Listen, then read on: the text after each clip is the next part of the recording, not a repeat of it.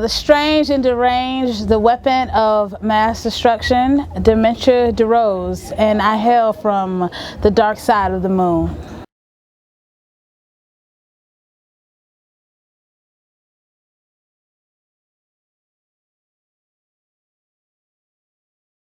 All right, Mr. Rose, we're no strangers to each other. We've actually interviewed sometime in the past, but that's been some years ago, actually.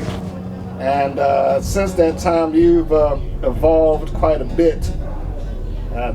Most notably, as we're looking at you right now, you have 3 different championship belts that you have acquired in recent years. First off, congratulations.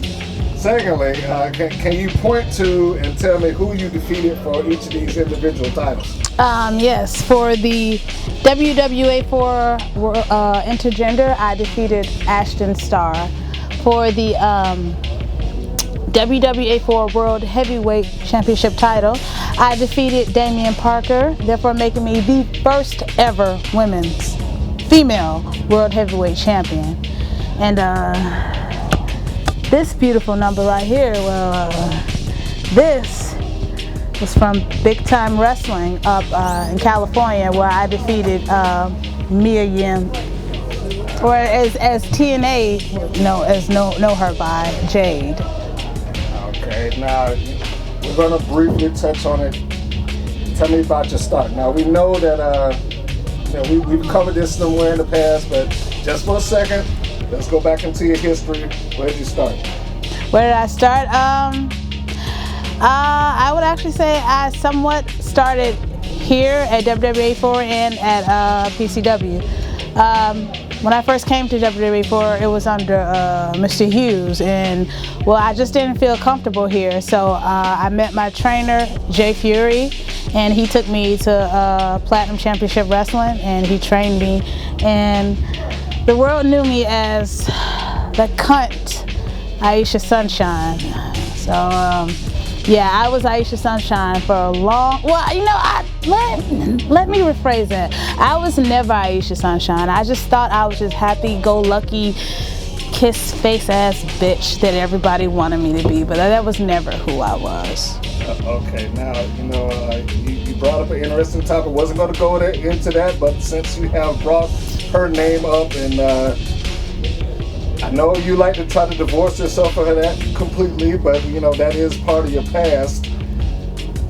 Aisha Sunshine, she was around for 2 or 3 years, if I'm not mistaken, before Dementia DeRose completely kind of etched. No.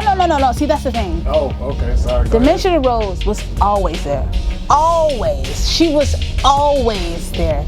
But, at the moment, at the time, the world wanted me to be Aisha Sunshine. They tried to make me into Aisha Sunshine. But, the true form always comes out. Always, no matter what. No matter who the fans want you to be, no matter how hard these fans try to make you to be, the true demon in you will always come out. It will always show its true self when the time is right. And well, becoming Dementia DeRose, fully engulfing myself into who I was truly meant to be, well, that was the end of Aisha Sunshine. The times that I've talked to you, you've never spoken of Aisha Sunshine in first person. It's always a third party. Whenever her name comes up, are you that disgusted with her? Completely. If she was here right now, I would freaking try to break her neck in two. Well, that is somewhat crazy in and of itself, but we'll move on. So let's ask the general question: why wrestling? Of all the things you could be doing with your life, although I'm pretty sure I have a faint idea of why you would pick that, but I want to hear it from your lips, please. Why wrestling? Why not? Ever since I was little, I knew that I belonged in this ring. I knew it ever since I saw my very first match. Since I was 3 years old, I knew I was different. I was unlike any other child, and I knew I belonged in this ring. I knew for a fact that I was born to freaking inflict pain on anybody that crossed my path. And what other place other than wrestling? Where the fans, they get to cheer you, they get to boo you, they get to hate you, they get to love you, but just the fact that you can inflict as much pain on your opponent as much as possible, and it's okay. That concept is actually beautiful. It's the reason why I sleep at night peacefully, because I know I do it so damn well. And I enjoy every bit of it, like just to savor the moment, to look down and see your opponent in so much pain and knowing that you were the person that caused it. It's almost orgasmic in a way. Okay, well, we're going to settle you down because we know the crowd that likes to look at these and they leave you enough messages as is. We don't want to push them into another direction. I do have to make note, having followed your career and having seen you evolve, you've become, in my view, a little bit more destructive as of late. One of the examples that I would point to is you being one half of Monsters Inc. and wrestling alongside somebody who I had determined was the person that kind of brought the monster out in you when y'all fought each other. But now y'all were going side by side and basically destroying two other girls. Oh, yeah. Okay, so your smile pretty much answers the question, but I'm going to ask it anyway. Was that fun? It was exhilarating to not only have the chance to face Mickey Knuckles in the ring one-on-one, but to be by her side and to watch her just create so much chaos and to be a part of that, and to know that you guys, that you're thinking the same thing, that it's okay for you both to just destroy your opponent, that you're both on the same level as craziness, and it's like you found your best friend. Do you know what that's like, Brian, to find your best friend? I do, but I'm not sure if I know it as you're speaking of. It's knowing that you're not alone, that there's somebody that's out there that's just as crazy as you are, and maybe even on some level even crazier. This boy, Mickey Knuckles, it took me wrestling with her,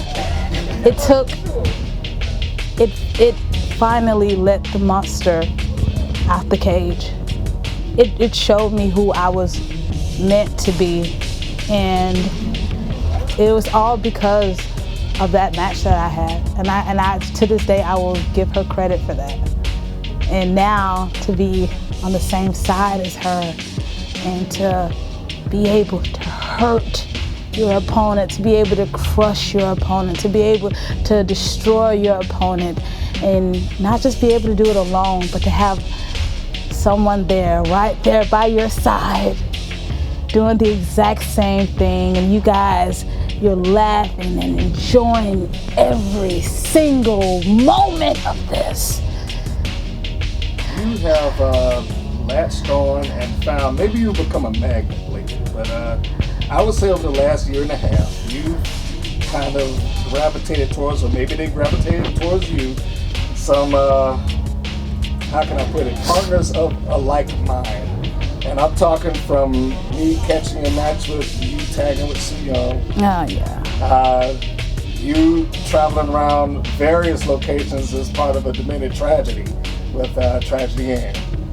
And of course, we just spoke about Mickey Knuckles. I mean, I don't know, how are you finding people of this similar mindset? Has it just become easy for you just to find these people out in the world? It's like a connection that we all have, you know? It's crazy minds think alike. And it's like I say to myself, to create chaos for the sake of chaos, you have to have somebody there by your side who's just as insane and as dark and as demented as you are, and they have no limits. You know, there's nothing that they won't do, and there's nothing that you won't do to not only hurt yourself in order to hurt your opponent. And when you have that mindset, when you both have that mindset, and when you just don't care about what bodily harm you could possibly do to yourself, when the only thing is on your mind is to create chaos as much as possible, it clicks just like that. And you find that person, the tragedies, the Mickey Knuckles, the Soo Youngs, when you finally get to come together, it makes a beautiful, dangerous, and crazy partnership that nobody can stop.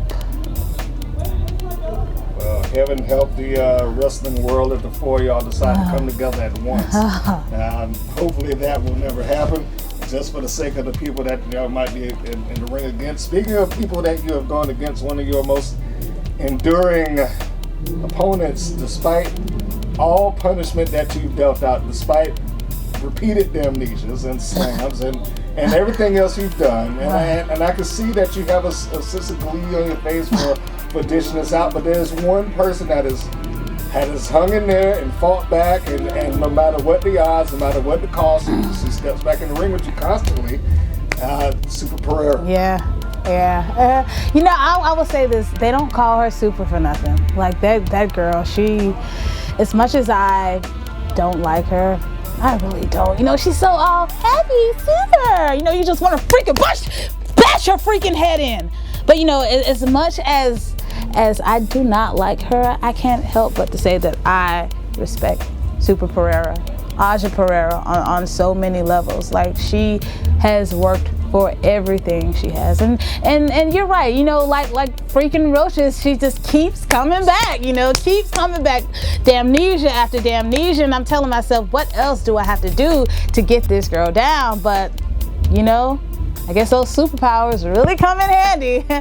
But yeah, Aja, when I first met Aza Ferreira, I knew there was something in her. I knew she had a spark, a gleam. I saw so much from her that she could become, and like, I knew she would help define women's wrestling. Well, you've done quite a job, even though you've been doing it in the path of destruction, or building your nightmares, you like to call it. You've helped redefine women's wrestling. As I said, your evolution has been quite impressive over the last, particularly in the last year, I would say, with the travel that you've been doing, and the proof is hanging over your shoulder right now. I mean, that is a championship that is primarily based out of California, and here you are on the East Coast, in the Southeast actually. Yeah. And you just finished defending that very championship in the ring. I guess basically giving somebody a Rocky opportunity. You know, you walked in as the champion and gave the underdog a shot. They didn't do quite as good as Rocky did in the movie, but you know, it is what it is. Yeah, A for effort. Yeah, tonight at WWA 4, I defended my big-time wrestling women's title against Robin Maddox. She's a trainee here. You know, she's been training for a good minute now, and I felt like, hey, you know, I gotta say, I was actually kind of disappointed. I expected, you know, someone of more potential, not saying that she does not, you know, but you know, she's not there yet. She's not there yet, because this belt will be with me for a very long time. Do you know how hard it was for me to get this belt? What I went through, my matches. Oh my God. But yes, that's for later on. But yeah, Robin Maddox, she has potential. I will give her that. Like, she caught me off guard about how, you know, how well she could move in and out of the ring. But yeah, no one she's definitely not on my level yet, and I'm not saying that as to have an ego but yeah, certainly not a put down. Definitely not a put down. Definitely. I mean, you know, her trainer is AR Fox. Yeah, her trainer, she's trained by AR Fox. Excuse me. So you know, she's definitely gonna get there.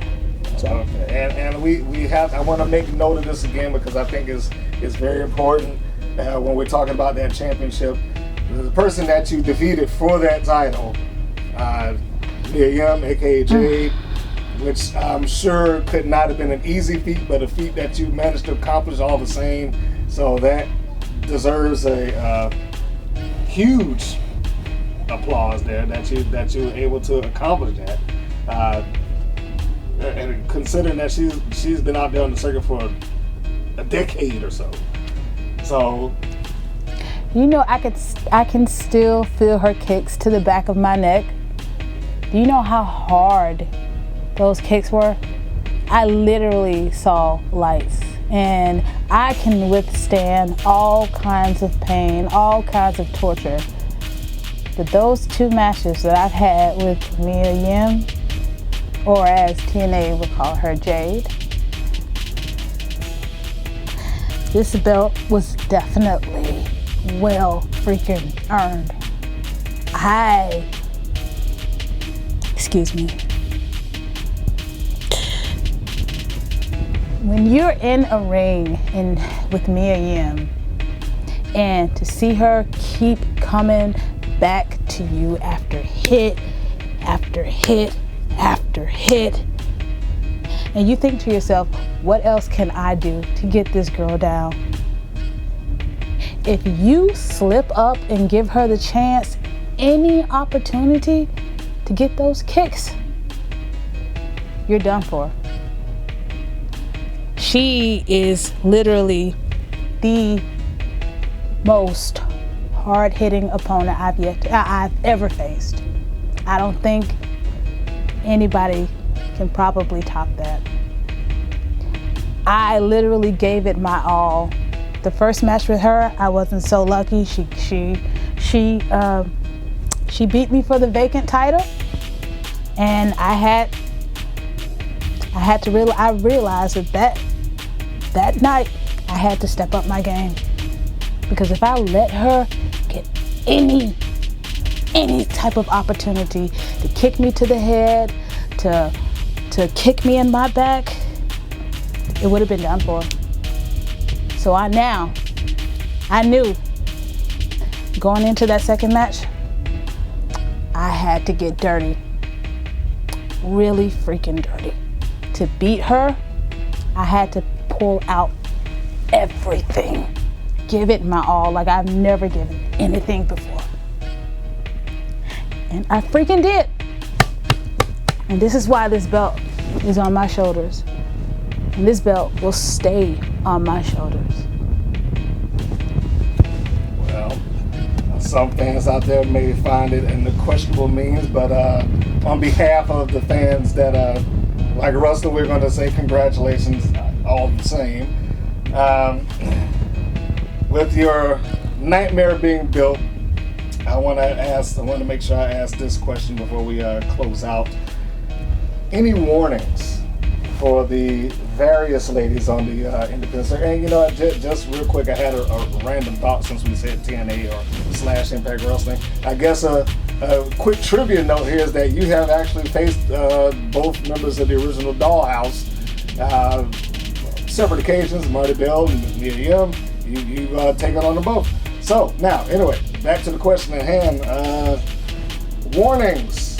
Any final words to the women of the indies or just the wrestling world in general? Because apparently your radius of destruction has increased quite a bit. Any warnings? I'm coming for that #1 spot. I am coming for that #1 spot, and whether it's going to be Shine or Shimmer or WSU or any promotion, I am coming for that #1 spot. So all you female wrestlers out there, I am going to let you know that you should never trust a big butt and a smile. Thank you, Mr. Rose. Thank you.